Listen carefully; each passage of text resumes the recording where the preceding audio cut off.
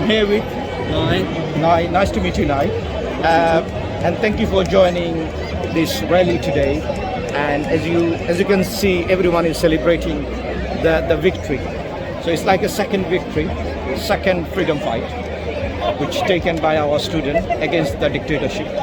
And we finally won the battle. And it was a long struggle. As you work for a humanitarian agency and then you raise your voice for the oppressed people, which I personally want to thank you first of all, joining with me. So tell me, what's your take after the victory? I think at the moment, power lies really in the hands of the students and of the workers who, through their revolutionary, heroic struggle, managed to kick out this, murderous dictator.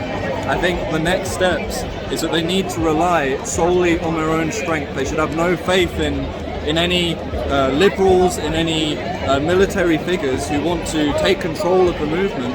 They have to realise it is on their backs, of the workers, of the students, that they have won this, and now they need to go further and take power for themselves.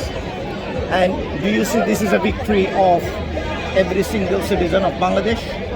It's a victory for the students and workers so far. It's certainly not a victory for the ruling elites who are being kicked out. I think for it to truly be a great victory, they need to, now they've taken down the figurehead, but now they need to bring down the rotten multinationals and the exploiters and the parasites that Hasina represented. She was really just a stooge for the IMF and for international capitalism, which stands on the side of the textile bosses, of those who exploit Bangladeshi workers day in, day out for poverty wages. These are the people that they need to struggle against now.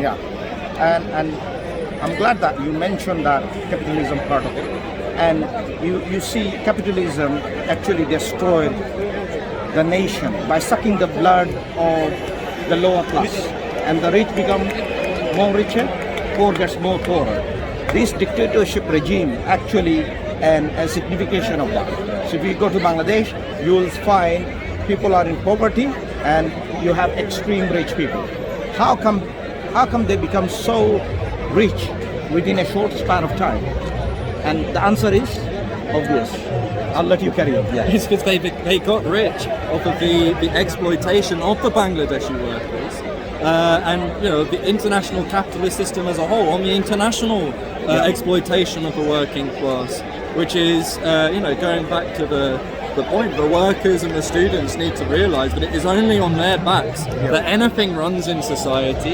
A capitalist doesn't do anything, they just take the money and they run and they exploit and they make things worse, but not a wheel turns or a light bulb shines without the working class. And they need to realise power lies in their hands, it lies in the streets. They just now need to take it and go all the way and break with the rotten system which makes their lives a misery. And Ali, few words on the victory day.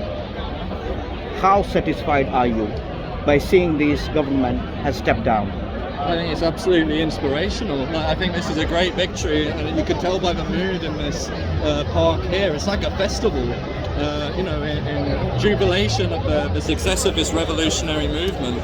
I think everyone is right to celebrate. And then now move on discussion of what the next steps are to consolidate the gains of the revolution and make sure that it's not clawed back by just another puppet of the international capitalists who'll carry out the same policies as Hasina. Sure.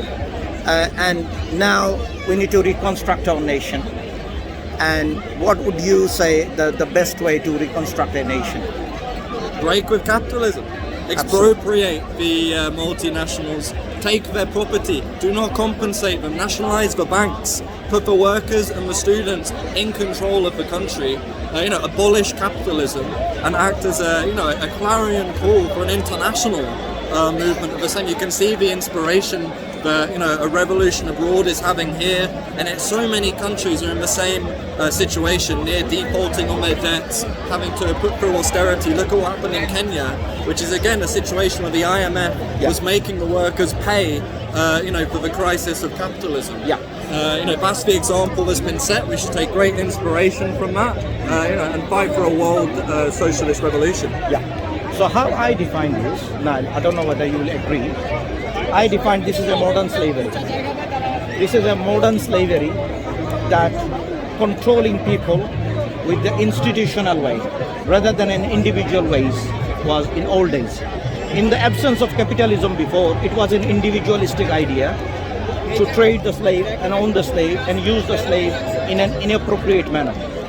And now the world is suffering just because of pure slavery.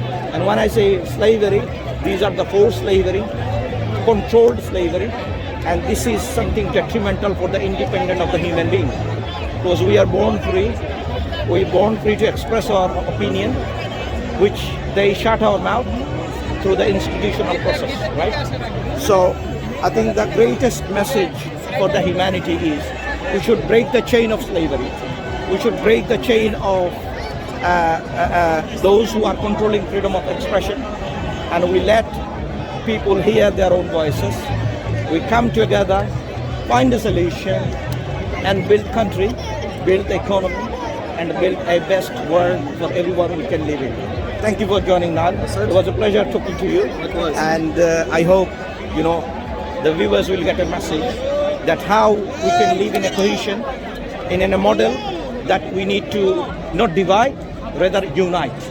That's the message going from today, the Independence Day, that day that totally got freedom from the oppression, from the suffocation, from pure slavery, and many other things I would like to add, but I don't want to make the video too long.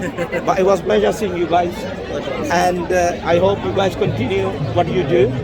This is something I appreciate, and on behalf of People Republic of Bangladesh, I'm thanking both of you for standing up for the truth.